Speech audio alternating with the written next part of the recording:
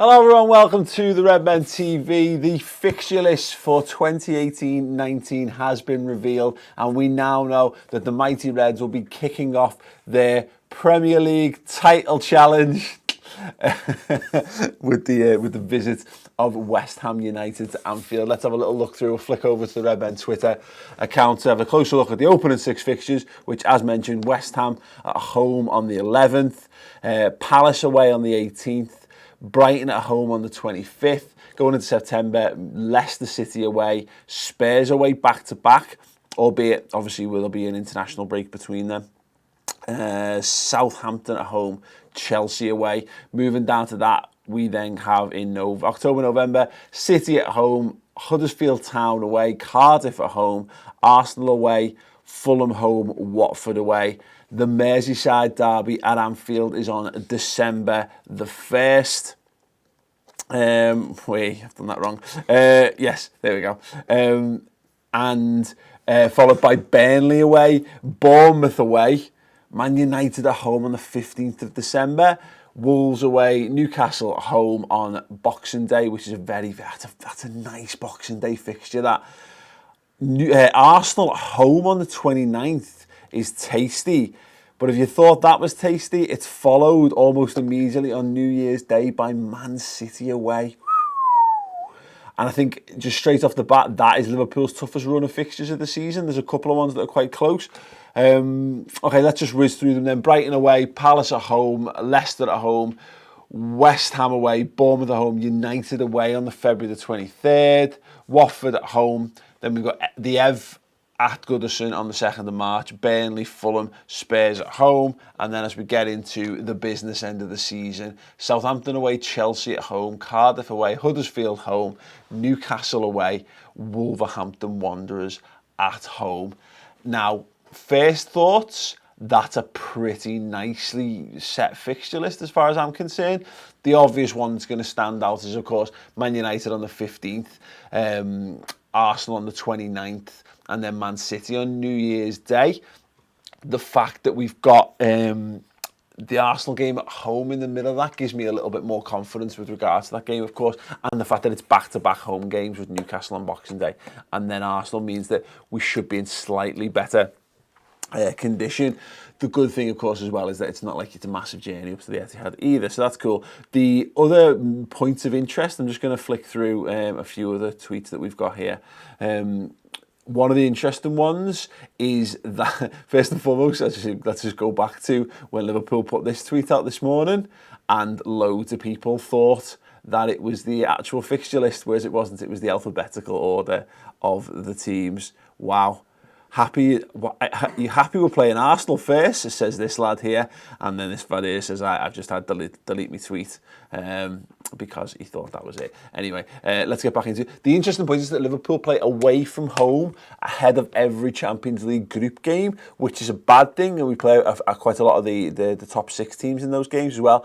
But we do have home games immediately following them, which is I'd see that as a positive, particularly given the way that Liverpool play footy under Jurgen Klopp, is that he's very much into the whole, no, barrel down, head down, get stuck in, go 100% intensity, and then we'll find your ways to ease off after the fact. So as much as people might think it's a negative, and maybe there's a case that maybe you've got one eye on the Champions League fixtures sometimes, I actually think for some clubs that might be an issue, but for Jurgen's Liverpool, I think it suits us better to have the home games after those games rather than preceding them. So that is a very interesting. And the other interesting note is that apparently we're going to be, there we've got Neil Jones, formerly of the Echo, now of Goal, hence Neil Jones Goal. He's just not, he's not just very good at scoring.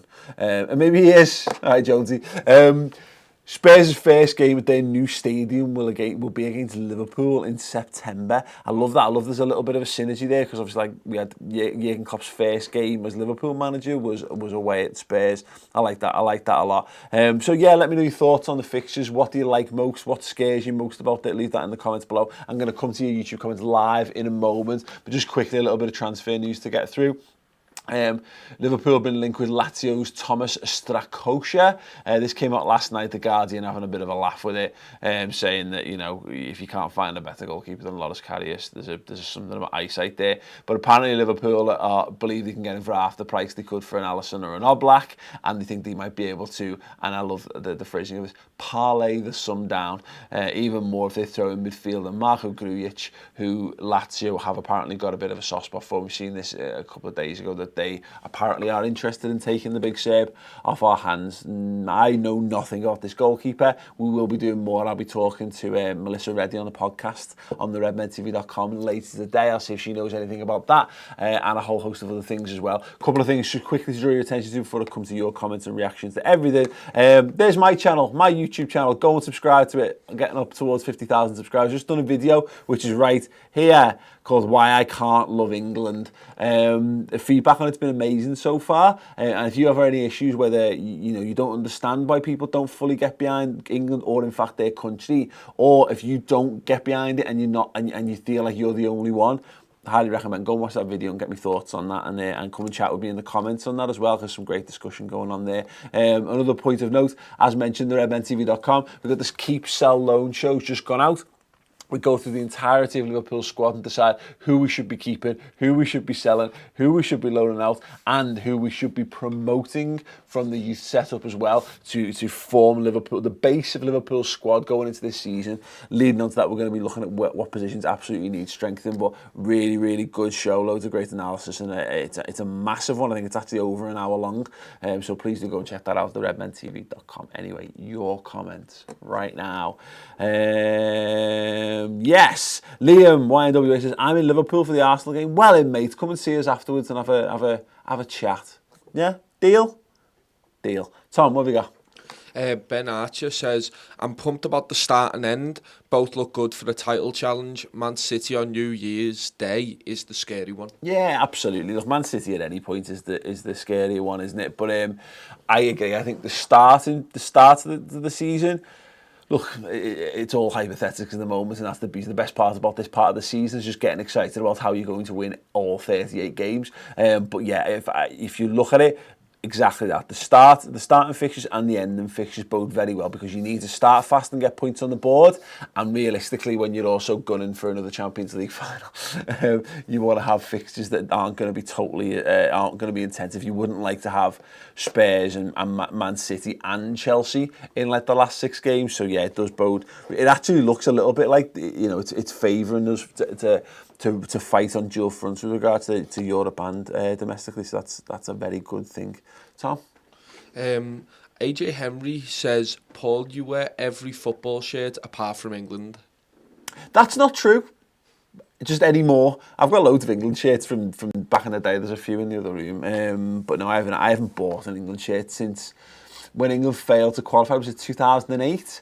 And Sports Direct was selling them off with Gerrard on the back for £5, so I bought a Gerrard England shirt. That's the last time I bought an England shirt, so that's been 10 years. I just like footy shirts, and I don't really like Nike shirts. If England's kit was made by Adidas, I probably would buy it just to buy it, to be honest. Go on. Owen Gatt says Strakosha, or however you say it. He says him is good, but if we buy a goalkeeper, he needs to be experienced. Yeah, I think that's the thing, isn't it? I wouldn't be against us going and getting someone absolutely in the prime of the career and spending big. At the minute, this is why I have a strong feeling we'll just keep Karius, and people will be rolling their eyes and probably getting really angry about that, because you're kind of meant to, I guess. But it's similar to the centre-back situation last summer for me.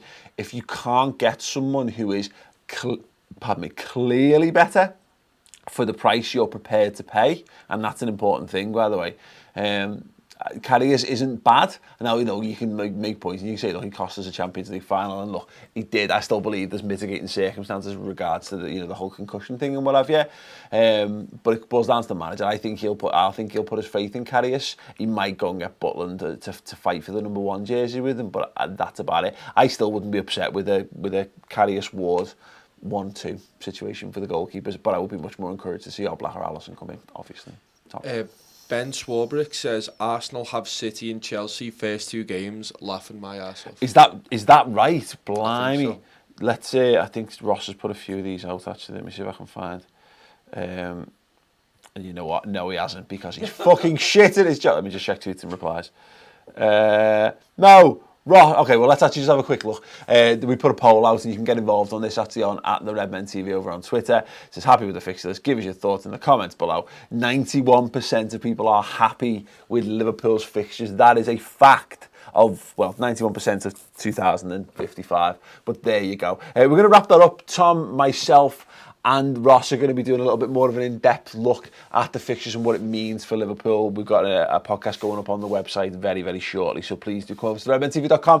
Sign up. I've said it before and I'll say it again. If you like the free stuff and you want more of it, go to the website. There's loads and loads and loads of that kind of stuff there. Or if you just want to, you know, become a supporter of the channel, you can go and do it as well. You get a free month to try out everything that we do, and if you enjoy it, it's just £5 a month after that. There's tons of video content, podcast, and obviously written content as well. Absolutely smashing it, and a perfect time to get on board with the Redmen TV over the summer. World Cup fever kicking off, but don't worry, I'll be back whenever transfer stuff happens. I will be here first-ish.